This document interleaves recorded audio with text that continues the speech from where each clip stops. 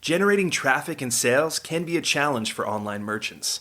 But selling on the Walmart Marketplace puts your products in front of millions of customers who shop on Walmart.com. And right now, sellers who join Walmart Marketplace can save up to 50% on referral and fulfillment fees for the first 90 days. So get started today. Head over to marketplace.walmart.com/savings. That's marketplace.walmart.com/savings. Welcome to E-Commerce Conversations, a weekly podcast from Practical E-Commerce, hosted by entrepreneur Eric Bandholz. What is going on, Internet? Eric Bandholz back again with another E-Commerce Conversations. I hope all is going well on the other side of the Internet. On the other side of the table from me, I got a whole batch of guys. Welcome. Thanks for having us. Excited to be here. This is awesome. Yeah, I love that energetic intro, man. That was great. know, you come with a high energy, you leave with a high energy, and they'll think the whole show is high energy. Absolutely. No pun intended, right?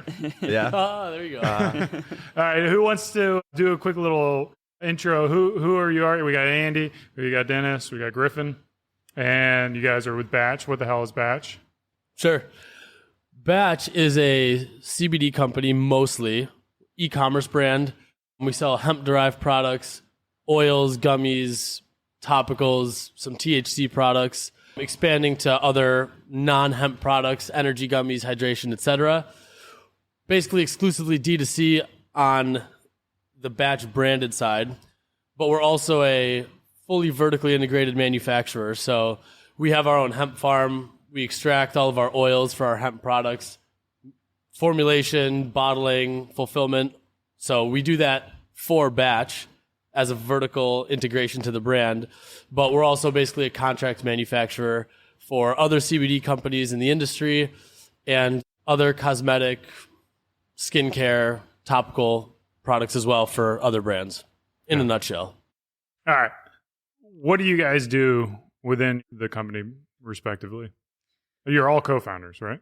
Yeah, that's correct. So we were actually all roommates in college, and we started Batch Labs originally as a manufacturing business. Our business idea was to make products for CBD and THC brands because CBD was kind of, taking the country by storm back in 2018.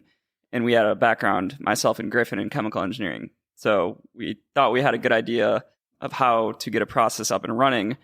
And the idea was that Dennis, being the business-minded, more marketing-minded person, would go find us business. Me and Griff would set up the operation, and boom, we have a manufacturing company. I would say roughly those roles still hold within the company. Me and Griff are more so operations, product development, analytical and technical people, and Dennis is more on the branding side. But we certainly, all three of us, dip our toes in every facet of the business. But there's definitely a divide in the sense that me and Griff are more involved on everything that's not branding, and Dennis mostly takes the branding side. So you guys have been friends since you're 6 years old? Yeah, can you believe it? Still friends, too. Is the company like It's Always Sunny in Philadelphia? On top of that, in addition to us three, we have a few other friends that work for us also. Oh so it's like a whole posse at the office sometimes. Yeah, how does that work? Clearly, it's almost like family. You guys know each other really well, but I would imagine there's a lot of conflict in running a business. Well, everyone says don't start a business with your friends, but I think we've gone beyond that, and we're very, very good friends. And I think it almost helps us in a way because we trust each other enough that we know that they're going to get their stuff done. There's a high level of accountability, almost to the point where you want to work extra hard so that you don't let them down. So I don't really see anyone taking advantage of this friendship. If anything, it's the opposite of that. Have you guys ever seen Eternal Sunshine for the Spotless Mind? No. One of our employees, actually, though, Megan, that's one of her favorite movies, and she's been telling me to watch that for a couple months now. So okay, well, a spoiler. I'm just going to give you spoilers because it's been out for a couple. We'll tell her we watched it. Yeah. Basically, it's Jim Carrey and Cate Blanchett, I think, are the two primary actors, and their characters fall in love and have this really exciting relationship, but it kind of devolves into they break up. Eventually they break up. And there's a technology out there that allows you to forget your memory. So I think one of the characters forgot their memory first, and then the other character like kind of passed them and ran into them, and then eventually the other character decided to erase their memory. And then they do research and they find out that they had like re-fallen in love pretty much, like their paths had crossed again. And they realized that they had a relationship that ended up breaking up, and they ultimately forgot their memory of it. And they're doing this the second time around. And it was like, we know that this relationship is going to end. Like, do we do it anyways? Like, because of that like connection they have. And I think it's kind of like that happens in business too, is like all relationships are going to end, like without effect. And there is a chance that it could end on a good note or a bad note, but they will end. But that moment that you're in that relationship can be like so magical that it's worth doing, despite the fact that eventually it's going to end. I think it's a great point. And sometimes, we do have to remind ourselves to be grateful for what we're, like stop and look around and be like, yo, guys, like, look at this shit right now. We're all working together. We have friends that are working for us and are proud to be working for us, and we get to work together. The environment every day at our office is so unbelievably exciting, and we're really lucky that we don't really have a dull day of work. So yeah, I mean, it's like to have that every day and go and be exciting. I don't think we would ever trade that. And like kind of Griff was saying, it really is a superpower because, we don't need to worry about ulterior motives for those types of employees. Everybody can just talk to us directly, super candidly, sometimes too candidly maybe, but overall it's pretty awesome. So I want to talk about the manufacturing a little bit. I was bitching about all of our problems on this podcast. Andy listened to it, fortunately. He reached out to me, and now we're exploring working together, Beard Brand and Batch, and what that might look like. I assume that you kind of handle the outreach now. Are you kind of like the sales guy for the manufacturing arm, or do you still do marketing and sales for the manufacturing arm too? Well, it's interesting. I'd actually say that we do almost zero outreach for manufacturing, unless it's simply organic in the way that I reached out to you person to person. Mm-hmm. I've actually been following Beard Brand for a number of years loosely. I've always thought it was such a cool brand specifically. And I don't know if I've told you this, but I highly respect like your persona perfectly embodies Beard Brand. And I think it's really cool for a brand when a person is the face of it in such an just obvious, exemplary way. So I've always respected Beard Brand for that and respected you for that. And yeah, I just happened to stumble across your blog and read that. And I was like, holy shit, we have a chance, to maybe help you. Let's do it. So we're still exploring that. But I would say that a lot of our manufacturing relationships happen in that same way, where we're not actively reaching out and marketing for manufacturing, but it's kind of just, I meet someone at a conference. And it often happens to be the case that people are complaining about their current manufacturer. I think manufacturing is a really hard business to get right.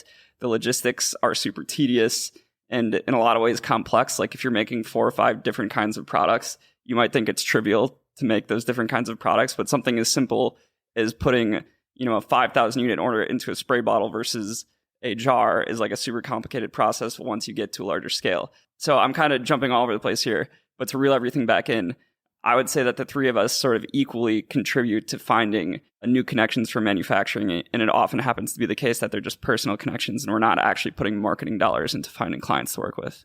How is that business broken up in terms of like prioritization? Because they're clearly 2 different business models. Yeah. Like, and I got to imagine there's times where you have scarce resources unless you've like perfectly, divvied up employees team to be like, you're on this and you're on this, and then very siloed.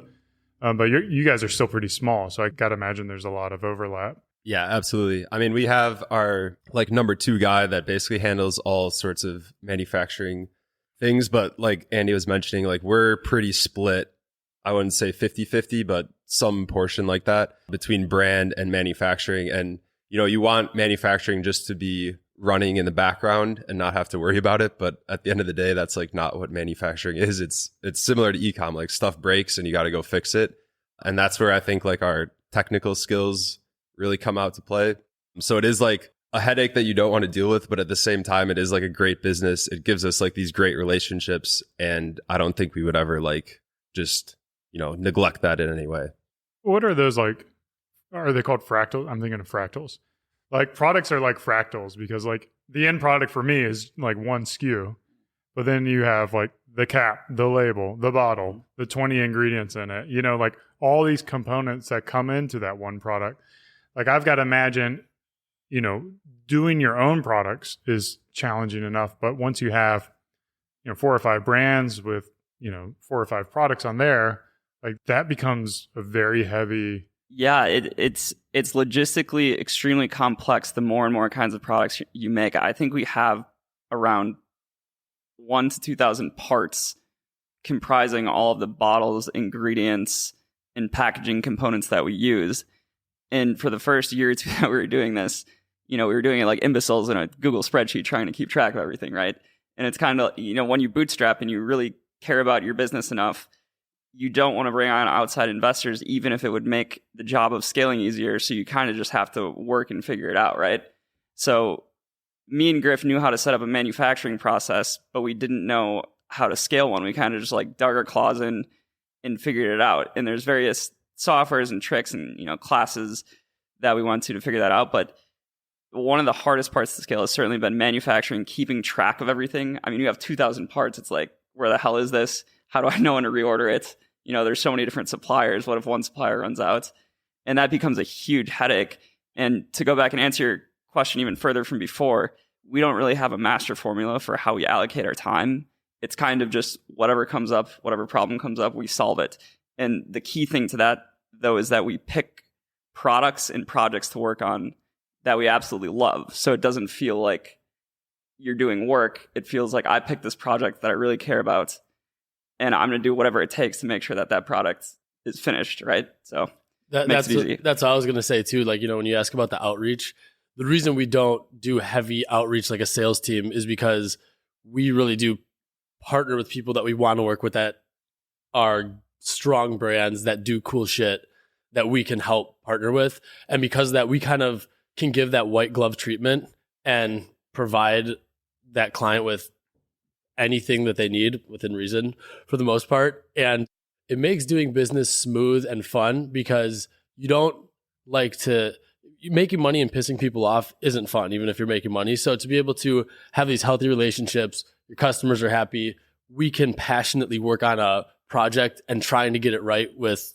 a degree of, pride, makes it more manageable. Even though we have all these SKUs, at least they all have a dedicated effort. And it's not like, all right, we have thousands of clients, each of which ordering one tiny little thing, and then it's just like a logistical nightmare. So it's still a logistical nightmare, but it's a fun logistical nightmare. Yeah, exactly. Yeah, it's fun problems. Yeah.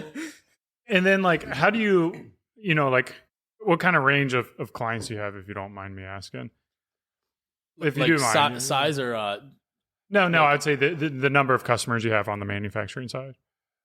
I would say probably around 50. Okay, so you have like 50 customers, and then you have Batch as one of those customers too. Correct. Right. And I would say that's distributed very much so in that 80-20 law. Yeah. So like batches. Yeah. Yeah, no, there's probably like, of those 50 customers, I would say 10 are sizable brands, several of which larger than Batch. Yeah. How do you guys, again, kind of like that prioritization, that scheduling, I assume like that's a challenge, and there's got to be like drama associated with, well, Batch needs product, and, XYZ company needs product too. Like there's scarce resources, scarce time. How do you guys? I'll let you guys jump in here, but the one thing I'll say is that that's where us being an e-commerce brand kind of helps a little bit too. So it's not Black Friday, but we're all thinking about it already, right? Like we know that from the e-commerce side. So we know that we're going to start getting Black Friday orders coming in from our brand. So we get even a month ahead of that. So we can be proactive because we know the game that they're playing also. And we can also, we sent out emails to our clients saying, hey, look, hopefully you're thinking about Black Friday. If not, can you please get your order in now? And we can be a little bit proactive to make that as smooth as possible. When it comes to actually prioritizing and you have to pick and choose, I mean, I guess there's no easy way to do that, but yeah, I mean, we have had to pick and choose in some minor cases before. I mean, just to give you an example, we make gummies for other brands as well. The hardest fucking thing to find in the world is an amber 6-ounce gummy jar. It's the one thing we run out of our 1,000 parts over and over. And of course, every client that we make products for loves an amber 6-ounce gummy jar. So there's been cases where we have to put our gummies in a clear jar because simply we're going to run out of the amber jars, right? Like we would never choose our own brand over another brand if it's our mistake in the supply chain. Yeah. But that doesn't happen that often. I literally, that's the only example I can think of where it was a conflict between, choosing, do we get the 6-ounce amber jars or does the other brand? So I would also add, like, us being like fully controlling the manufacturing, it allows us to do like partial runs. So if somebody needs something like super quick, we can just like do 100 units super quick, get it to the 3PL, satisfy them for a little bit while we like work out the rest of it. And likewise for batch, like we can just do a super small run, stay in stock, and kind of like push the problem down the road a little bit. But everyone's like happy for the short term. Yeah. And just one more thing to add to this. I would say we're not making products for brands doing $100 million a year. We're actually very specialized to do like, let's call it 500 to 5,000 unit runs. So smaller runs. And that gives us a lot of nimbleness in manufacturing. So we can better handle doing 10 orders of 1,000 units than one order of like 100,000 units. We're super nimble and we can make, like, we've designed our manufacturing business so that we can make a ton of different SKUs for a ton of different brands. And that turns out to be very helpful when you have, 10 to 20 different brands ordering at once. Yeah. I mean, I would think, like, from my perspective, being in this game for 12 years, I kind of see two things. Like, me as a brand, I've got my products, let's say, they really resonate in the marketplace. And then all of a sudden I need to do huge runs. And then it's like this kind of really is this like Goldilocks is trying to find the manufacturer. Like if you guys are faced with that, one of those 10 brands just blows up with a product that's very profitable for you guys. Do you change the way you manufacture and try to keep them? Or do you just say, hey man, I'm really proud of you guys. We can no longer serve you. Here's some larger manufacturers who we recommend you go with. We've dealt with that a little bit. And in each case, we've been able to scale up our operation. I mean, it's usually the case if a brand is really killing it, they're paying you to make their product. And as a result of that, you can reinvest those dollars back into the process to scale up the process for their specific product that's paying you to do so, right? So it's kind of just like a loop that feeds itself. And we've never, ever had to turn down business from someone who we currently manufacture for because they grow.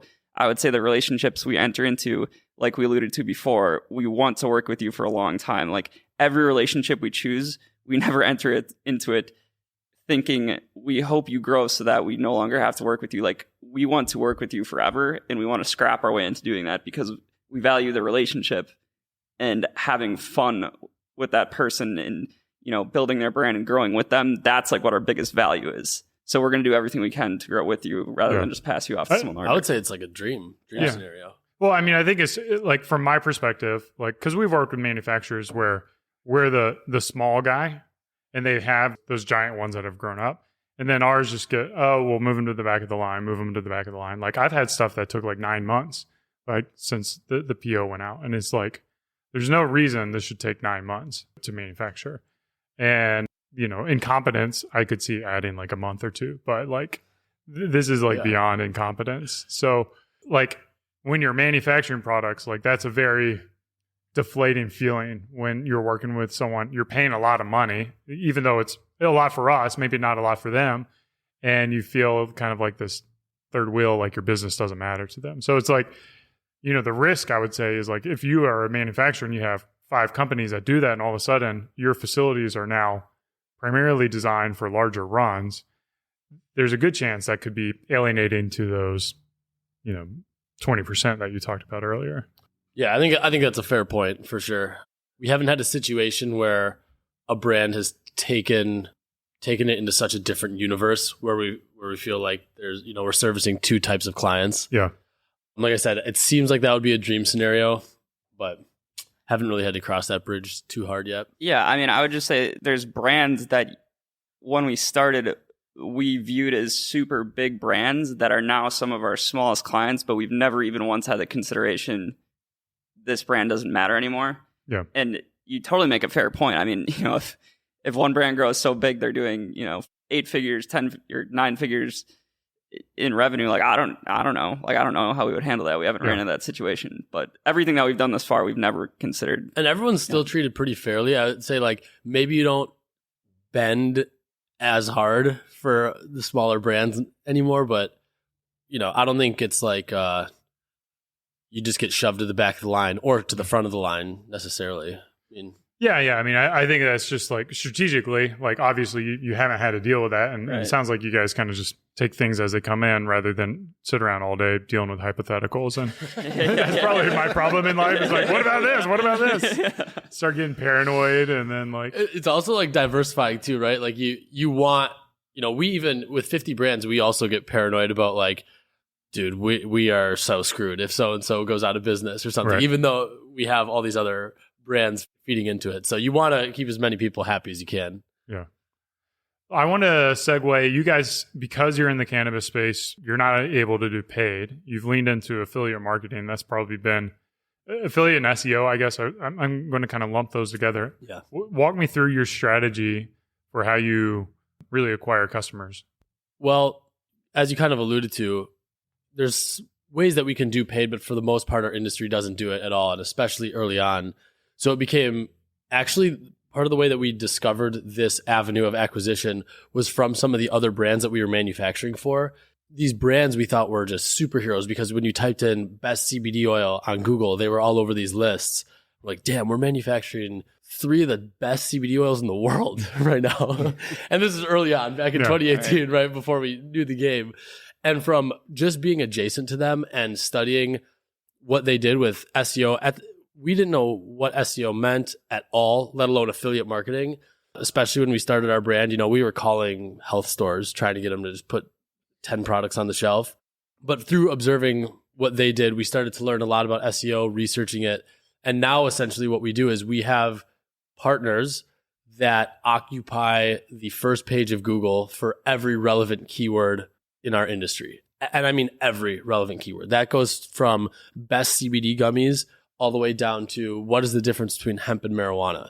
Obviously, that's an informational keyword, not a transactional one, but we want to be present anywhere that a potential CBD customer could be looking. Now, that's where SEO and affiliate combine, right? In order to be showing up for those keywords, that's SEO. You can do that yourself with our own site, which we do, and we show up for less competitive keywords. But in an industry that is all forced to do SEO and affiliate, it's not super easy to show up number 1 on Google for a keyword in our industry. So the alternative to that is to leverage the authority of other sites like Forbes and Healthline and other various publications and be featured on their content with an affiliate structure. So that's how most of our acquisition comes from. That's like the Google version of affiliate. We have a lot of other types of affiliates too that, they happen to be affiliate deals, but it could just be chalked up as traditional advertising, I guess. But that is a really good acquisition strategy for us because a lot of those customers, we are in an industry that knows what they're trying to buy. The customer knows what they're looking for. People know what CBD is, even if they don't know everything about it. They've heard about it. They've heard that, maybe CBD can help me with sleep. So they're going to be searching CBD for sleep. And there's hundreds of thousands of people seeking that out. And our job is to just be there while they're seeking it out. And the affiliate dynamic. Go ahead, Gould. Yeah, I was just going to say, I feel like affiliate is sort of this marketing strategy that everyone knows the word, but no one has a concise definition of what it is. So we actually talked at length about this. And I think, just to give some background about how we view the strategy overall, we kind of view the affiliate and SEO strategy as a digital real estate game where you want your brand, you're almost franchising your brand to other websites in the same way that if you were Domino's corporate headquarters, you'd be franchising, Domino's to all these different locations across the country that people are seeing. But in this case, we're buying digital real estate, on Forbes, on Healthline, on Discover Magazine, on all these different sites. So it's people are searching the internet and they're seeing you everywhere. You are occupying more and more real estate. And the entire game of affiliate and SEO is a compounding snowball game. It's like super hard at the start. You're only going to appear in 1 or 2 places. Nobody's going to recognize you. And it really took us probably 2 to 3 years to now to build up our affiliate and SEO strategy to where, like Dennis was saying, if you're searching hemp versus marijuana, if you're searching CBD versus CBG, if you're searching anything related to the whole topical domain of CBD and THC, it is very likely that an article or a link with our name on it will occupy 2 of the top 3 links on Google. So I want to get a little more tactical and like figure out how this works. So is it you, Dennis, just Googling these terms? Yes, for the most part. I mean, we have SEO softwares. Okay, so you use like SEMrush, SEMrush, yeah. Ahrefs, and then you'll type in a keyword like CBD and then all the related ones. And then you'll just start looking at those when you Google search, and then you'll reach out to the editor or the author, or if you already have a contact there. Yeah, more or less, yes. And to the snowball effect that Andy was talking about, once we are starting to show up regularly for those, it gets easier to get on all the other articles that are validation, market validation. And they're sometimes looking for us because they figure, well, if they're being featured on those lists, they must be performing well for somebody like Forbes to be featuring them. They must be earning well for Forbes. Yeah. And so it starts coming to us. And the only other thing on top of what you just mentioned that we implement is we will, as we learn the game, we will start creating the content ourselves and owning the content ourselves rather than just paying a commission for it. So we will, it's called sponsored content, right? Yeah. We will sponsor an article, write it ourselves with SEO intent, and try to have our own share of voice in that. Yeah. So to get the sponsored articles, you go through their advertising channel. Yes, right? Which you have full control over. There's no banging your head against the wall to get to buy something. And like it's easy to contact someone there. Absolutely. You'll talk to a salesperson. But you have to have the confidence and know how that you're going to spend a fixed amount of money.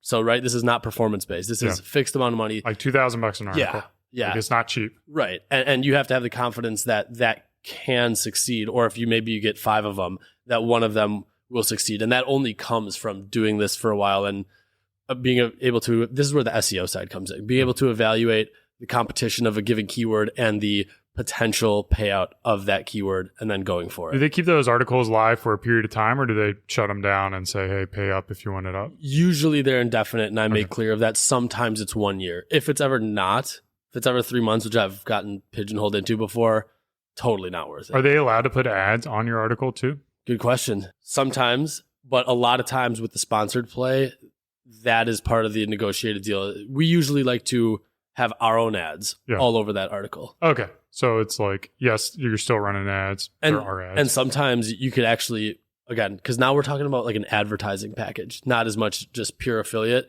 A lot of times what I'll do is to hedge the bet of that $2,000 investment that you're talking about. We will ask that it be featured on the homepage for a certain amount of time or to be included in one of the newsletters. And to them, that's not the end of the world because it's actually promoting their own content, so to speak, even though the subject of that content is us.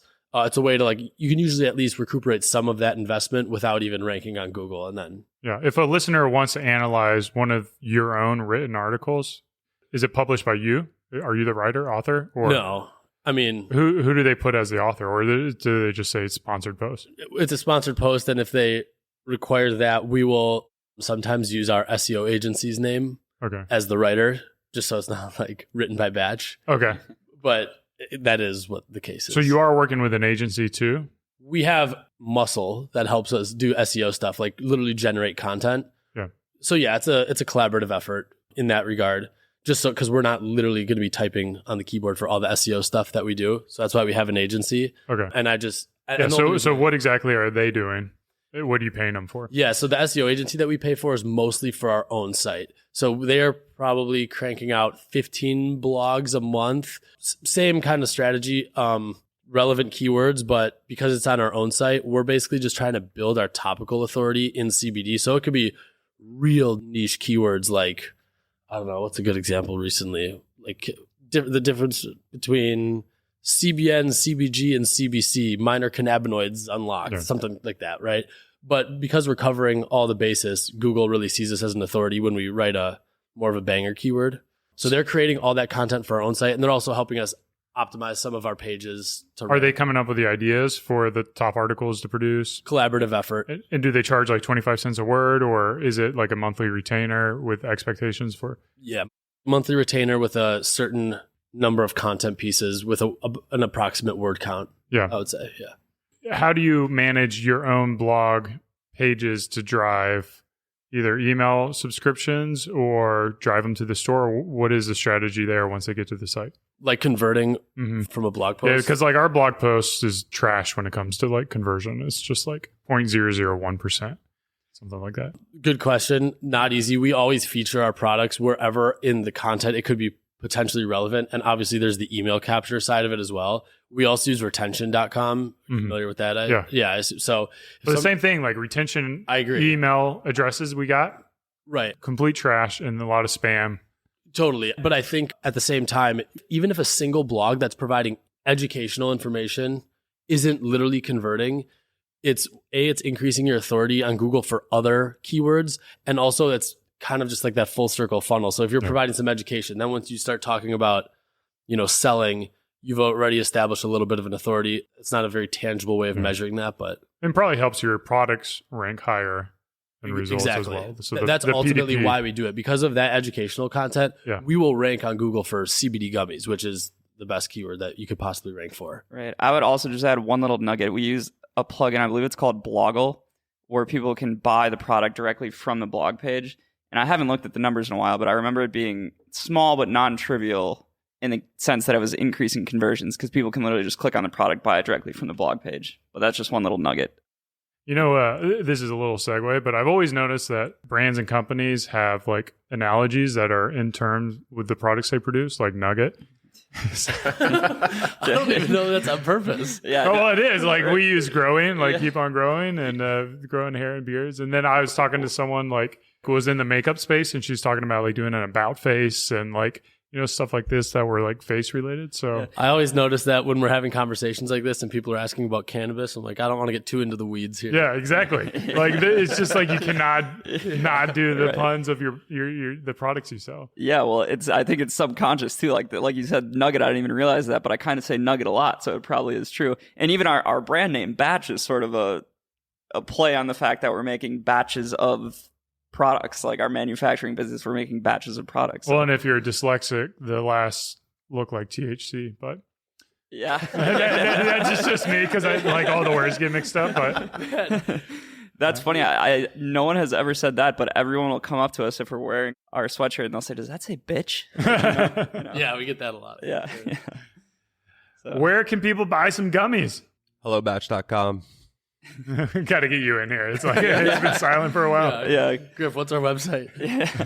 HelloBatch.com. Okay, anywhere else they should follow you, reach out, get advice? Our Instagram is probably our most active social media, which is batch_by_WHS. So follow us on there. That or the website are probably the two easiest ways. Always welcome to reach out too on both of them. If you say you heard us on a podcast, you can get sent over to us. Happy to have a conversation with whoever. Yeah, absolutely. I would also say if you're in the Milwaukee area, feel free to call us. We do give tours of our facility on a, unregular, unscheduled kind of basis. But if you call us ahead of time, you're more than welcome to come in and see our manufacturing facility. Sweet. Well, guys, this has been another e-commerce conversations. I hope you guys enjoyed it as much as me and you were able to get a nugget or two of information. Cheers. Cheers. Cheers. Thank you very much. Yeah, thank you very much. And keep on growing.